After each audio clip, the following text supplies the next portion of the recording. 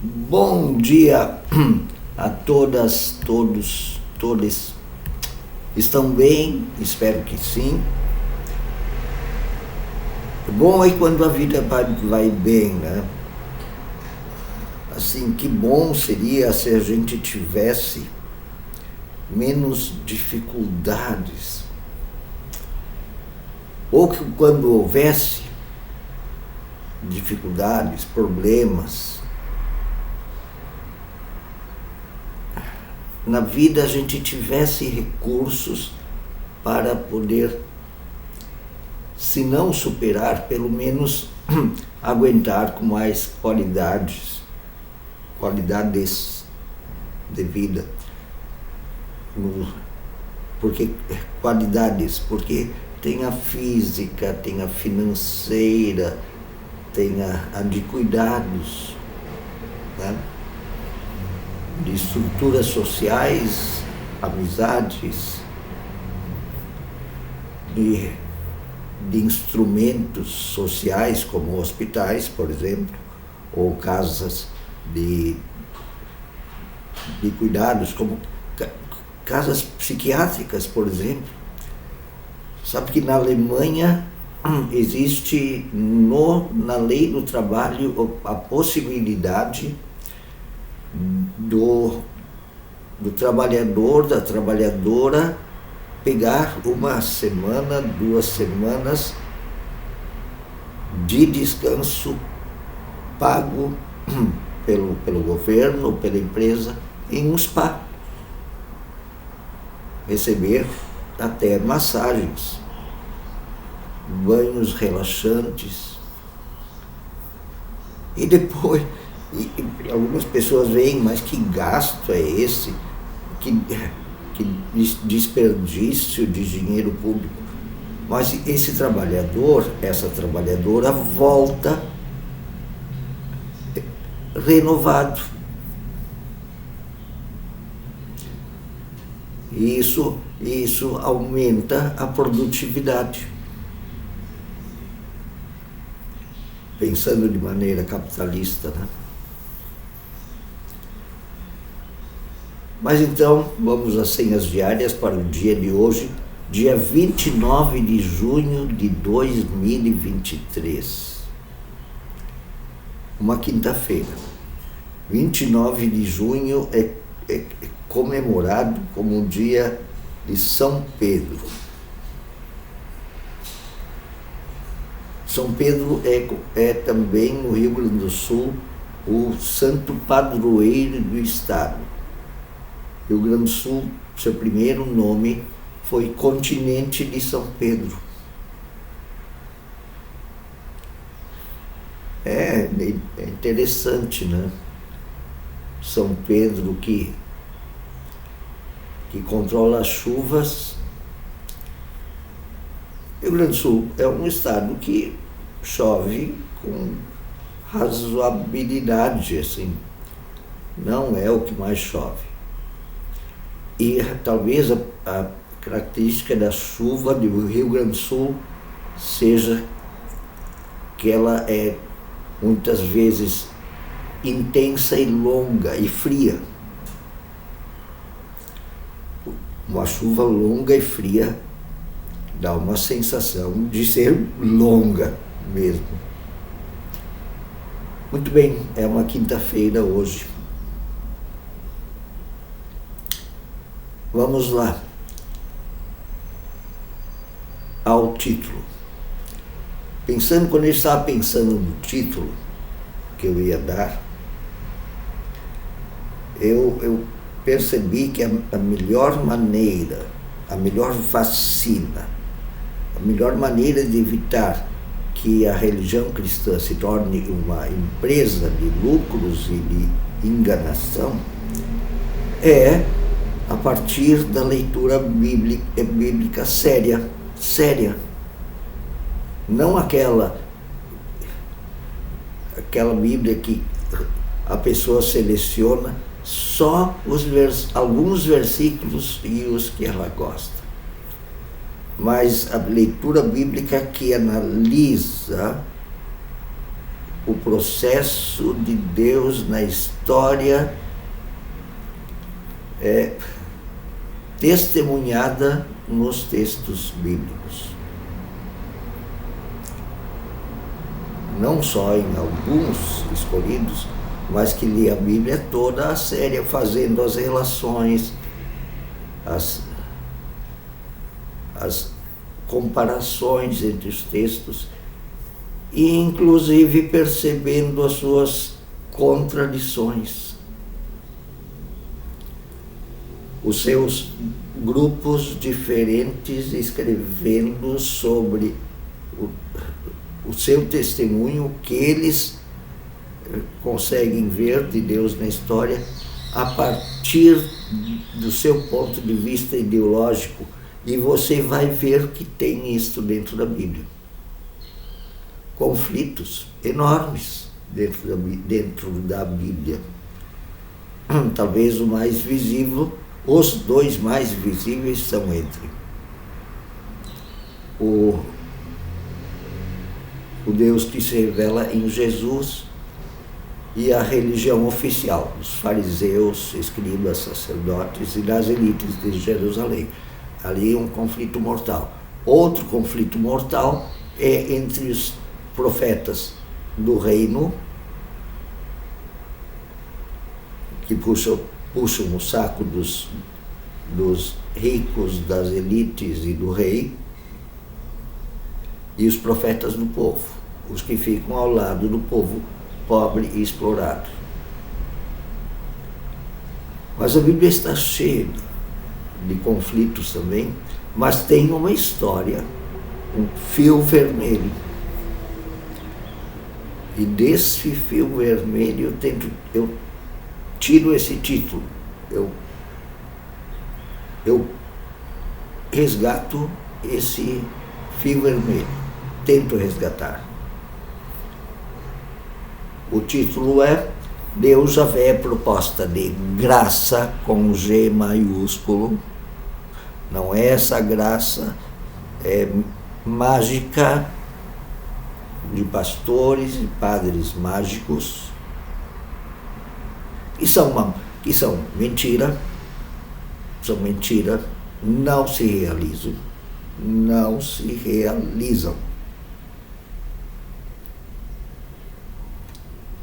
E, além de ser proposta de graça com G maiúsculo, também a proposta de Deus Javé também é caminho de perdão e reconciliação, que só acontece entre pessoas que têm um coração de carne, não de pedra, e que realizam isso, não só falam da boca para fora. Eu sei que são duas coisas muito complicadas, perdão e reconciliação. São difíceis, pra caramba. Mas as pessoas que se propõem a isso, e a igreja se propõe a isso, tanto que o primeiro texto bíblico vai falar sobre o ofício do perdão que a igreja tem como representante de Deus Javé.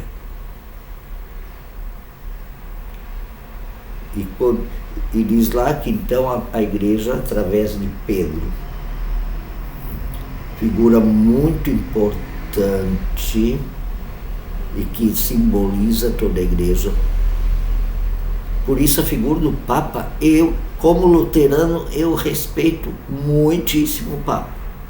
Acho que está errado esse conceito de a igreja ser Estado monárquico, ou de que o Papa seja infalível. Não, mas a figura de Pedro é considerada nesse texto que eu vou ler, primeiro o texto bíblico que vai ser lido após os versículos e a oração, a figura da igreja como aquela que reconhece. Essa pessoa está a fim de ser perdoada e reconciliar-se com Deus e com o próximo. Está a fim. Seu coração está mole de amor e de vontade de graça, perdão e reconciliação. E aí essa pessoa é ligada ou religada com o reino da justiça, do perdão e da alegria. O ofício do perdão. E essa é a proposta que Deus oferece de graça àquele que recebe graça e perdão porque ele também se considera pecador igual a todos e todas e todes, e é caminho para a reconciliação. O primeiro versículo para o dia de hoje vem do profeta Jeremias, Antigo Testamento, capítulo 20, versículo 11. O Senhor está comigo como um poderoso guerreiro. O guerreiro porque Israel era um país que fazia muita guerra. Então aqui a gente tem que ver, é o guerreiro da graça, é o guerreiro do perdão e reconciliação. Que é, o Jeremias diz, Israel tem que parar de fazer guerra e ser injusta e pecadora. E tem que cuidar da justiça para os pobres. Então, quando ele fala poderoso guerreiro, quer dizer aquele cara que está firme, fica firme nessa proposta de Deus Javé, que é de justiça, paz e alegria. E o segundo versículo vem da primeira carta do apóstolo Paulo ao Timóteo, que era um missionário treinado pelo apóstolo Paulo. Capítulo 1, versículo 12. Dou graças a Jesus Cristo, nosso Senhor, que me fortaleceu e me considerou fiel, mesmo quando eu não sou, porque é perdão e reconciliação.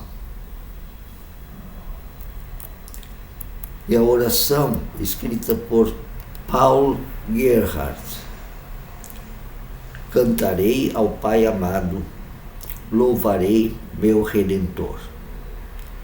Pelo amor que tem me dado, enalteço com fervor. Deus jamais deixou de amar-me. Seu paterno coração se moveu com compaixão. Seu intento é salvar-me. Terra e céu hão de passar, sempre Deus há de nos amar. A rima a gente vê, além de traduzido, a rima está boa. A rima mostra que é um hino, né? Paul Gerhardt. Não me lembro de que século ele é, 1700 e alguma coisa. Até vou ter que olhar. Paul Gerhardt era um bom poeta e bom músico também. Claro que as músicas que ele fazia eram conforme a lógica musical e o gosto musical da sua época, né? O primeiro texto, então aquele que eu falei, que é sobre Pedro, é do Evangelho conforme Mateus, capítulo 16, versículos 13 a 19. E eu esqueci de trazer meu chá e estou ficando com a boca seca. Aliás, eu levantei super tarde hoje pela manhã.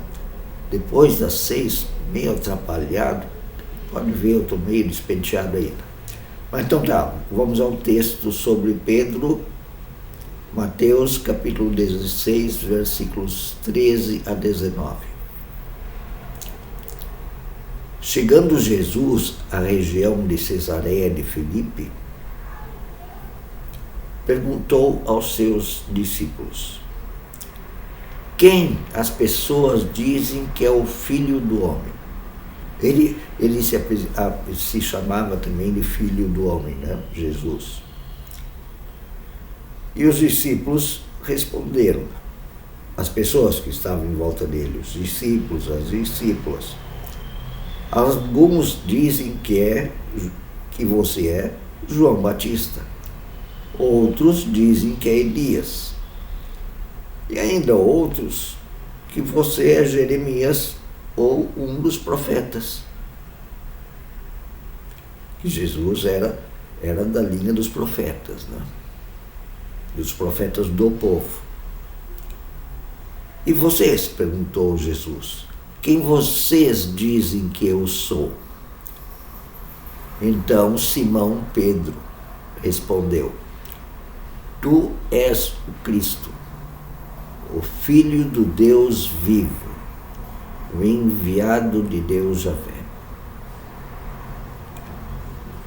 Jesus falou: feliz é você, Simão Pedro, filho de Jonas, porque isto não lhe foi revelado por carne ou sangue, mas por meu Pai, que está nos céus. Por Deus mesmo, pelo Espírito de Deus, você está vendo isso. Eu digo que tu és Pedro, és a pedra sobre a qual edifico a minha igreja, és as portas do Hades.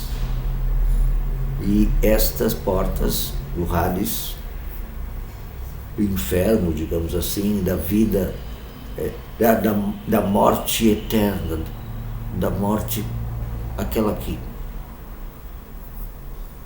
não tem, a morte em vida, digamos. As portas do Hades não prevalecerão contra ti. Eu lhe darei as chaves do reino dos céus, e o que você ligar na terra terá sido ligado nos céus. E o que você desligar na terra terá sido desligado nos céus ou dos céus do reino de Deus. É o ofício do perdão, o ofício das chaves. Tu és Pedro, a pedra sobre a qual edifico a minha igreja. O Pedro significa, ele simboliza a igreja. Mas, na verdade, todo cristão deve ser este Pedro. Toda cristã deve ser este Pedro. Todos os que reconhecem que Cristo é o enviado, o Salvador, a porta, por onde se passa para a vida plena, eterna, a vida que entendeu a profundidade da vida, que está ligada no reino de Deus. Todos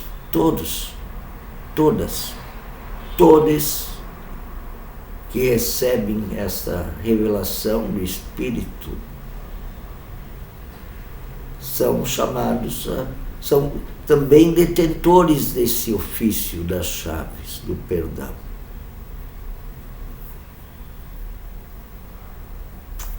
Através dessa figura do Pedro, que é pedra.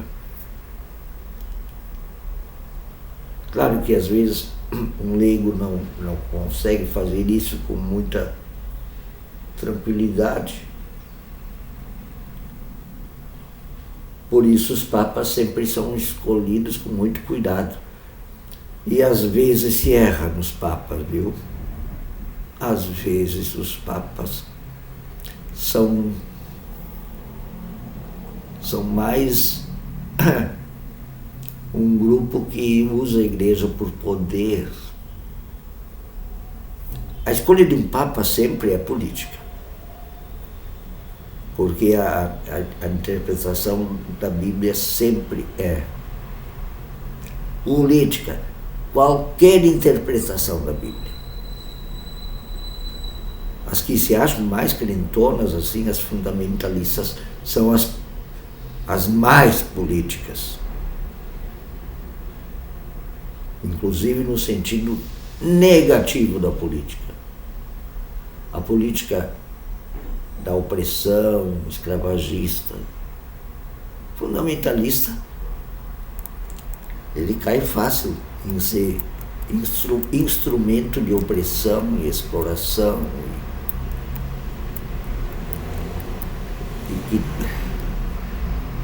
Porque também é uma interpretação não histórica. É uma interpretação que acha não ser política e daí vira um instrumento político.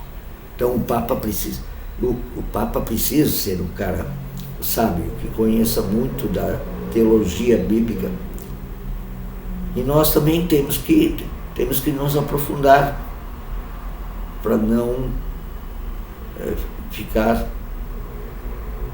pregando uma fé muito ingênua demais e que deixa a gente fazer uso ruim da igreja. Não é? A gente tem que estudar. O segundo texto é lá a história do José, tetraneto do Abraão. Eu vou ler, são 24 versículos, é grande, mas eu vou ler. E ouçam as últimas 2 semanas de leitura, porque eu estou lendo essa história de Abraão e seus filhos e seus netos, e agora tetranetos, seus tetranetos. É uma novela longa, tem partes horríveis. Hoje, pelo menos aqui, os irmãos, José e seus irmãos, vão se reconciliar. Que é o caminho que Deus quer ser, do perdão e da reconciliação. José perdoa seus irmãos, então se reconciliam. Gênesis 45, 1 a 24.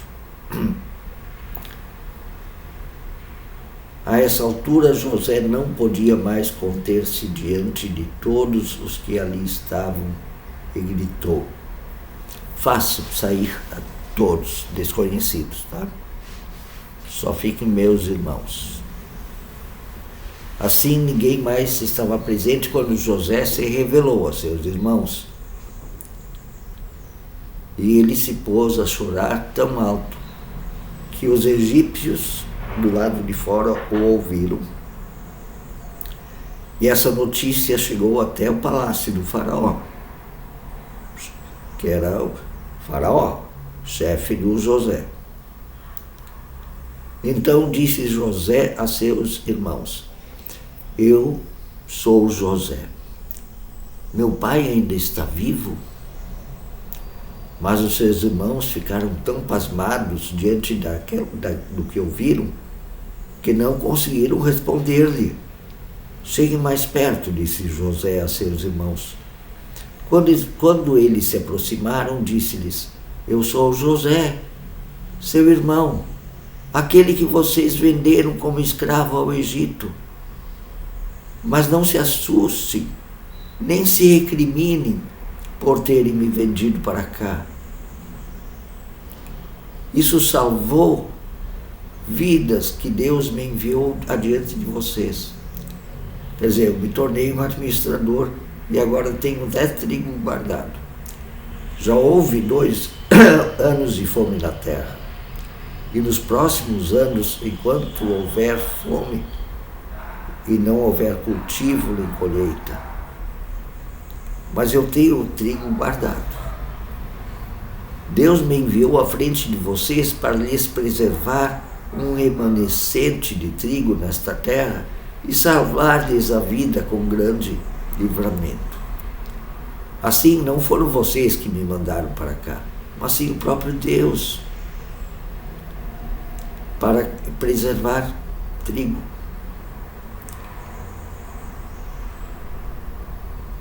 Deixa eu ver, me perdi. Para cá, mas sim o próprio Deus. Ele me tornou ministro do faraó e me fez administrador das terras e governador do Egito. Voltem depressa ao meu pai e digam-lhe: assim diz o seu filho José, Deus me fez senhor do Egito. Vem para cá, não te demores. Tragam o meu pai para cá. Tu viverás na região de Gósen e ficarás perto de mim. Ele manda dizer para o pai dele: tu, teus filhos, teus netos, tuas netas, tuas ovelhas, teus bois e todos os teus bens. Eu te sustentarei em Gósen, porque ainda haverá anos de pouca colheita, de fome. Do contrário, tu, a tua família e teus rebanhos poderão morrer na miséria. Vocês estão vendo com os seus próprios olhos, e meu irmão Benjamim também, que realmente eu sou José que estou falando isto a vocês. Contem a meu pai quanta honra me prestam no Egito e tudo que vocês mesmos testemunharam aqui. E tragam meu pai para cá depressa. Então ele se lançou chorando sobre seu irmão Benjamim, o mais novo, e o abraçou. Em seguida beijou todos os seus irmãos e chorou com eles, e só depois os seus irmãos conseguiram finalmente falar com ele e conversar com ele.